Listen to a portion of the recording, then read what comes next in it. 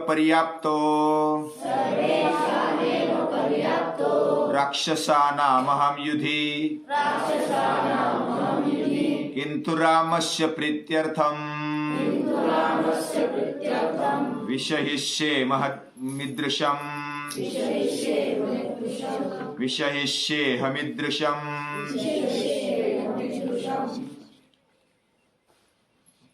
हनुमान जी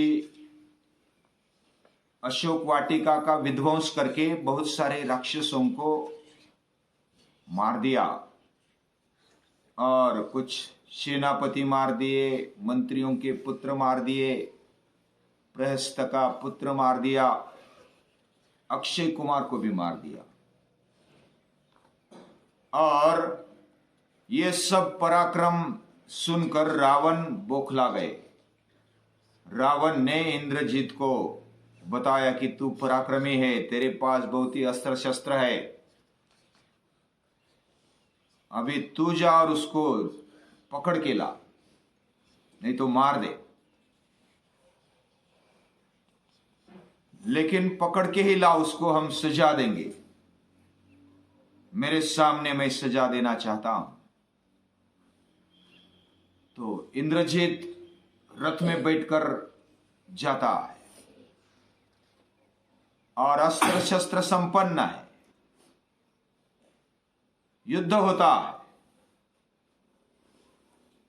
बहुत प्रकार के बाण वो मारता है, बहुत नुकीले है, तीक्ष्ण है और अलग अलग धातुओं से बने और विषैले बाण भी वो डालता है, लेकिन हनुमान पर उसका कोई प्रभाव नहीं पड़ता। तो ये सब देखकर इंद्रजित विचार करते हैं कि ये अवध्य लगता है, यानी कि इसको मारना इतनी सहज बात नहीं है, ये मर नहीं सकता है, इसको बांधना चाहिए। तो वो ऐसे अस्त्र का उपयोग करता है, ब्रह्मास्त्र का, और उसको छोड़ता है और बांधने के लिए आज्ञा देता है। तो ब्रह्मास्त्र छोड़ते ही हनुमान समझ लेते हैं कि ब्रह्मास्त्र आ रहा है। फिर वो उसका सम्मान करते हुए हाथ जोड़कर खड़े हो जाता है और ब्रह्मास्त्र उसको बांध तो देता है, लेकिन उसको बचपन में वरदान मिला था ब्रह्मा से। तो ब्रह्मा ने ऐसा वरदान दिया था कि मुझसे अगर कुछ क्षति हो जाए तो मैं एक क्षण में ही तुझे छोड़ दूंगा। तो ब्रह्मास्त्र ने भी उसको एक क्षण में ही छोड़ दिया, लेकिन उसका सम्मान करते हुए वो ऐसे ही खड़े रहे। ये सब इंद्रजीत देख रहा है और वो खड़ा हुआ देखकर राक्षसों को आज्ञा देता है कि इसको पकड़ो, बांध डालो। ब्रह्मास्त्र ने तो इसको छोड़ दिया, लेकिन वो वैसा ही खड़ा है, हनुमान वैसे ही खड़े। तो राक्षस आकर वो डरते जाने के लिए, लेकिन फिर भी इंद्रजीत की आज्ञा है तो वो फिर जाते पास में और कुछ ऐसे वृक्षों की छाल और बाकी जो भी वेली मिल जाए वो पकड़कर उसको बांधने का प्रयास करते हैं। इंद्रजीत विचार करते हैं कि ब्रह्मास्त्र भी इसको बांध नहीं सका और अभी ये वलकल से या तो वृक्षों की छाल से बांधते हैं, वेलियों से बांधते हैं, इसको भी तोड़ने की ताकत इसमें तो सहज होगी। ब्रह्मास्त्र को भी वह छोड़ने वाला, ये ऐसा नहीं हो सकता। फिर भी वो तो वैसा ही खड़ा रहता है।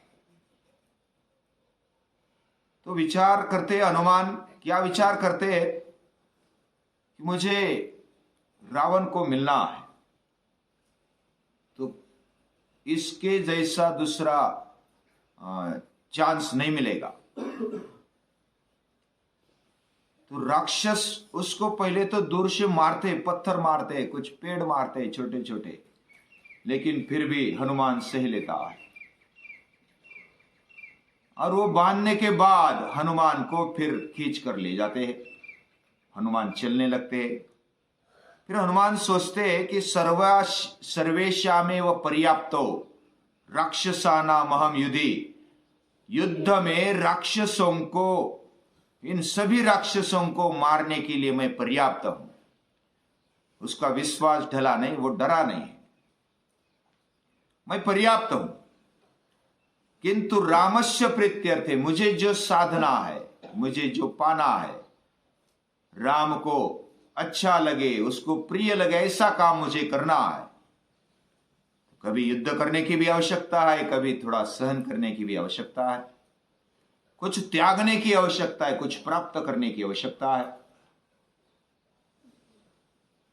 तो मुझे भले वो पत्थर मारे, कुछ तकलीफ दे, मैं सहन कर लूंगा। रामस्य प्रीत्यर्थम, ये बहुत बड़ी बात है। राम के लिए वो सब कुछ करने के लिए तैयार है। किंतु रामस्य प्रीत्यर्थम विषहिष्ये हमिदृशम, इस तकलीफ जैसा काम भी मैं सहन कर लूंगा।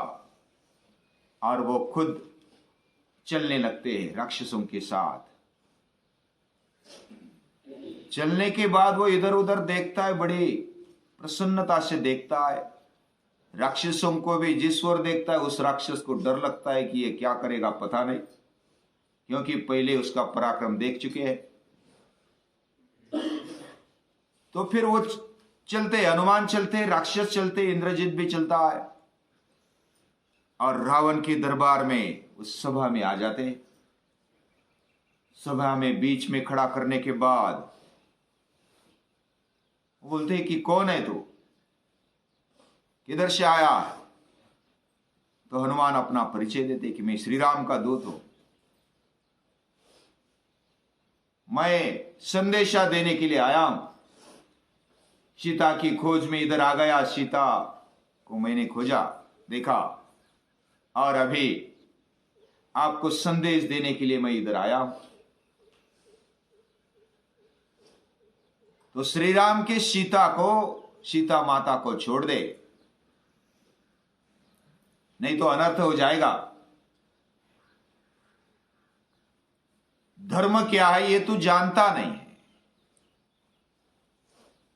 आपके पास बहुत सारी विद्याएं हैं, लेकिन इतना अधर्म, इतना पाप करके रखा है कि वो जो भी विद्या है, ज्ञान है, उसका कुछ उपयोग नहीं मालूम पड़ता। फिर भी अब भी समय है, इतना होने पर भी किसी अच्छी हेतु से अगर कुछ किया जाए, कुछ संकल्प करके किया जाए कि मैं अभी आगे नहीं करूंगा, जो भी अधर्म हुआ सो हुआ, आगे मैं धर्म की राह पर चलूंगा और सीता माता को छोड़ दूंगा, ऐसा अगर करते हैं तो वो अच्छी बात है, राम आपको छोड़ देंगे। तो रावण बोलता है, राम तो वनवासी, वनवास भी घूमता है, उसका राज्य भी छीना गया, वो ऐसे ही भटक रहा है जंगल में, वो क्या करेगा मेरे पास सैन्य है, धन संपत्ति है, सब कुछ है, मेरा कुछ नहीं बिगाड़ सकता। लो तुझे भी मैं मार देता हूं। ऐसा बोलने पर जो राज्यसभा में, रावण की राज्यसभा में विभीषण थे, वो उठ खड़े हुए और बोलने लगे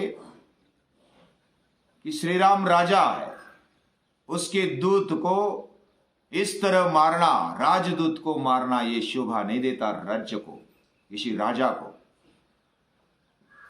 उसे मारना नहीं चाहिए। उसने भले जो भी किया होगा उसकी सजा उसको मिल जाए, लेकिन उसको मारना नहीं चाहिए। तो बाकी भी प्रहस्त और जो बुजुर्ग है वो भी उसका सपोर्ट करते हैं कि ये विभीषण ठीक करे। और रावण भी बोलता है कि ये तो पराक्रमी दिखता है और इसके जंगल में पड़ना ये अच्छी बात नहीं है, फिर भी उसको कुछ ना कुछ सजा होनी चाहिए। उसने इतना विध्वंस किया अशोक वाटिका का, मेरे पुत्र को मारा, बहुत सारे राक्षसों को मार दिया, सेनापतियों को मार दिया, मंत्रियों के पुत्रों को मार दिया, प्रहस्त के पुत्र को, जम्बूमाली को मार दिया। इसको तो सजा होनी चाहिए, मारना ही चाहिए। लेकिन तू कहता है तो मैं इसको मारता नहीं, लेकिन ऐसी सजा कर दो, क्योंकि वानर को, बंदर को पूंछ अपनी प्रिय होती है। बहुत प्रिय होती है, उससे वो छलांग लगाता है। उसकी पूंछ को जला डालो, ये मेरी आज्ञा है, और बिना समय गवाए तुरंत जला डालो इधर ही, और घुमाओ उसको पूरी नगरी में। बता दो कैसा हाल होता है। कोई भी अगर रावण के सामने मुंह ऊपर करके बात करता है तो उसका क्या हाल होता है, बता दो।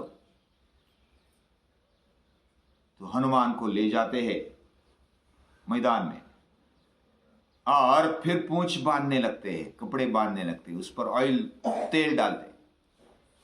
वो बड़ा आकार करता है, पूंछ भी लंबी करता है, बहुत सारे कपड़े वो डालते, तेल डालते, और फिर उसको जलाते। जलाने के बाद वो राक्षस, वो बांधा हुआ है, उसको पकड़ कर ले जा रहे और गली गली में घुमा रहे जैसी कोई यात्रा निकाली।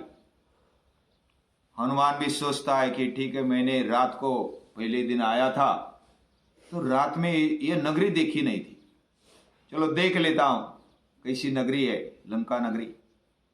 वो देख लेता है, इधर देखता है, उधर देखता है, कितनी बड़ी इमारत है, कैसे सोने की, कितना वैभव है, बहुत सारी संपन्न ऐसी नगरी है। वो देख रहा है, सूक्ष्म निरीक्षण कर रहा है, पूरा एक चक्कर लगा दिया नगरी का। उसने बारीकी से देख लिया, पूंछ जल रही है, वेदना तो हो रही है, लेकिन रामस्य प्रीत्यर्थम, राम को अच्छा लगे, उसके प्रिय करने के लिए मैं कुछ भी सहने के लिए तैयार। और पूरा चक्कर हो जाता है, पूरा नगरी का चक्कर हो जाने के बाद वो फिर वो बंधनों को तोड़ देता है। जो वलकल से बांधा हुआ था, वनस्पतियों के छाल से, वेलियों से, वो ऐसा तगड़ा बनकर वो तोड़ दिया और जैसी कूद लगाए वैसे इमारत पर चला गया। अलग अलग वैसे घरों पर जाकर बस आग लगाने का काम शुरू कर दिया। एक घर के बाद दूसरा घर, एक महल के बाद दूसरा महल, ऐसे कूद मारते मारते वो तो चला जा रहा है लंका को। लंका में आग लगी, बहुत ही अग्नि ने अपना रूप धारण कर लिया, और बहुत सारे घर में जो बच्चे थे, राक्षसों की पत्नियां थी, बाकी जो लोग थे वो भी चिल्लाने लगे, क्या हो गया, इस बंदर ने तो बड़ा हड़कंप मचा रखा। वो फिर पूरे लंका को जला डाला, पूरा चक्कर जितना लगाया था पूरी लंका में उसने भी पूरा चक्कर लगाया, और कूद मारते मारते, लेकिन एक विभीषण का घर उसने छोड़ दिया। केवल विभीषण का जो महल था ना उसको छोड़ दिया, बाकी पूरी लंका को जला डाला। कोई राक्षस तो मर गए, जलते जलते बाहर निकलते निकलते वो तो जल गए, कुछ स्त्रियां जल गई, कुछ बच्चे थे वो भी हड़कंप मचाने लगे, चिल्लाने लगे। पूरी लंका त्रस्त हो गई, क्या हो गया ये।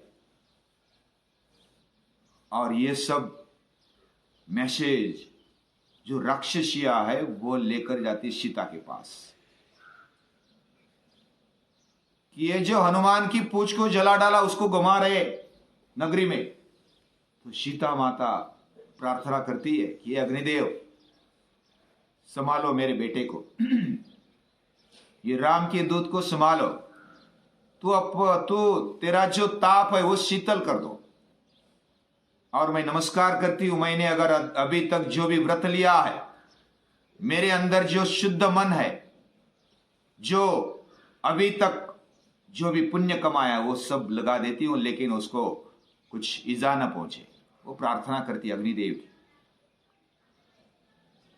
वह बहुत ही नाराज हो जाती है कि ये क्या हो गया, लेकिन फिर भी प्रार्थना करते हुए बाद में फिर पता चलता है, और हनुमान के मन में भी आता है, पूरी लंका जला डालने के बाद वह फिर साइड में आता है समंदर के किनारे और पूंछ को बुझाता है। लेकिन उसके ध्यान में आता है, अरे ये तो आग अगर इधर उधर चली गई, अशोक वाटिका में चली गई तो क्या होगा, मैंने जो काम किया अनिष्ट तो नहीं किया।